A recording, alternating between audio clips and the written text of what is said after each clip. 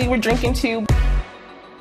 You have heard the saying, a picture is worth 1,000 words. Hopefully they're wonderful words, but when you get that picture and you don't like the way you look, you can't repeat the words that you're saying in your head. Rebecca Latham is here with the House of Color. I have lived this life where I take pictures, especially with my daughters, who are so pretty, and there I am with them and I think, oh, just turn the camera away from me. Oh, and that just breaks my heart for But you. you say that I should look at it not necessarily as it being me, but that I'm not bringing me out the right way. Is that right? Well, I think we're so quick to judge ourselves, right? We're the ones doing something wrong.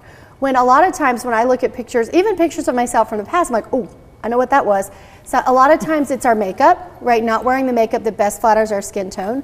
It can be our makeup that's dating us, right? That makeup is trending. So sometimes if we lean too far into makeup trends, like the nude lip of the 2010s, we can go, oh gosh. It can also be the colors we're wearing. Colors can age us. They can just make us not show up. Or it could be the clothing fit or style. If it's not authentically you, you'll look back and you might even be like, who's that person? Right. What phase was I in doing that? You have to live a little before you understand authentically you. Oh, absolutely. But yes. once you figure it out, everything does have a way of just kind of working together. It's like you were talking about the makeup trends. I mean, once you're out of college, do you follow makeup trends? You can. And so this is kind of where we relate it all back to style. So what a style analysis is going to give you is guidelines for how to dress, including makeup, for the rest of your life. So you're not chasing the trends that possibly won't serve you. So there was a trend this past spring where it was like bright eyeshadow. So my clothing personality is larger than life. It's theatrical. I'm going to do bright eyeshadow. But for you, I don't know that we'd put a crazy bright eyeshadow color on you, You right? wouldn't do that on That's not me. your personality. And Right. so what's great about knowing your style analysis is that it gives you a framework to measure the trends against and go, yeah, that will work for me and that will look good over time. I won't look back and go, or you can say, nope. Nope. I mean, if you think about sometimes when we look at our wedding pictures, that can date us, right? I look at my mom's wedding picture, I'm like, whoa, Mom, that was a choice. Yeah, that and the sleeve. Yeah. Sleeve and lace and high neck. Yeah. But then what was funny is I was at Monica's Bridal doing a workshop with them and they were looking at my wedding pictures and Monica was like, you got married in 2010, didn't you? And I was like, She's like, yeah, I can tell by the style. But to me, that style is still timeless because my wedding dress so fit me. It was my best color, the makeup was my best color, and then the style was me. It was over top, it was this huge ball gown with roses and all the things. And so, okay, when you do a style analysis, if people are watching today and they wanted to try to make an appointment with you, is it a long wait to get in with you? Does it change with the seasons? April and March tend to be busy, or March and April tend to be busy. I am booked through April. So I have openings in May, but it really just, what takes a long time is a style analysis appointment's almost 4 hours. Okay. Because we're really diving into it. So it's not necessarily waiting to get the appointment, but it's just making sure you have that block of time to spend with me. Okay, so let's just pretend that I came to you. Okay. One day I will. Yes. I'll find 4 hours.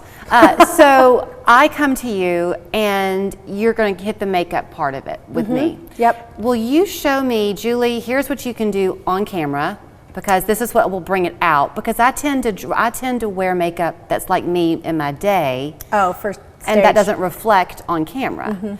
And then if I'm having an evening out, do this, but you use the same colors just in a different way. Yeah, we do you can see what I'm asking? Yeah, so there's a way, I mean, kind of titrating your makeup up and down, right? Sure. And so no matter what, your framework would say the same, right? I'm not going to load crazy colors on you. I'm not going to have you in this thick cat eye. That's not going to work. But we might switch from your day, which might be like a neutral matte color, and then for your evening, we might add an eye crease in your best brown. And so that's the way. We don't talk that specifically in style. That would be a makeup class. Right. But we do mention as your clothing personality, these are the makeup this is the makeup framework you're going to like. You would be an excellent gift for a graduation, because especially a college graduation before you hit the workforce, to go into it. Absolutely. One of the things we do in color analysis is we find your authority color.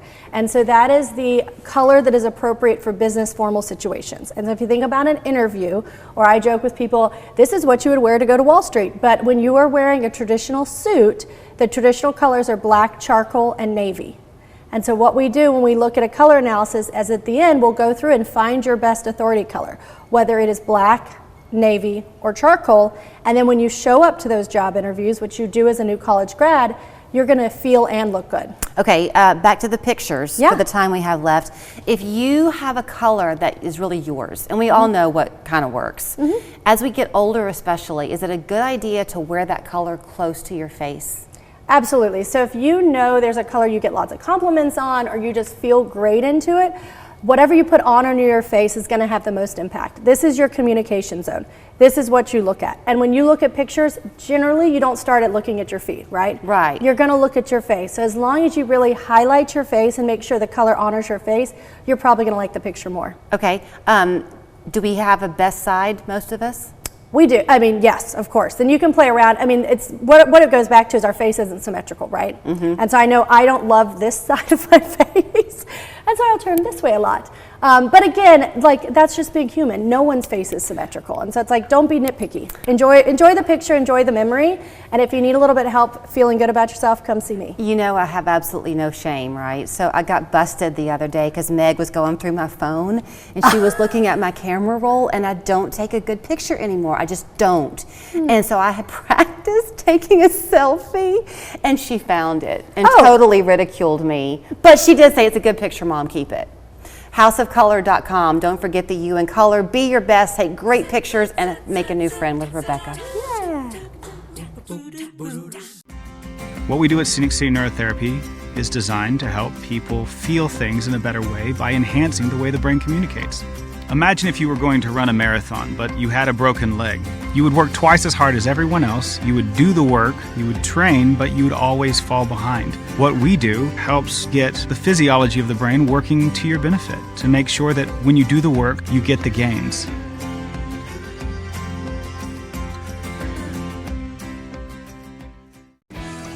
You're gonna have to fix this. Not me. You want to settle this the old-fashioned way? Sure. Fine. Rock, paper, scissors, shoot.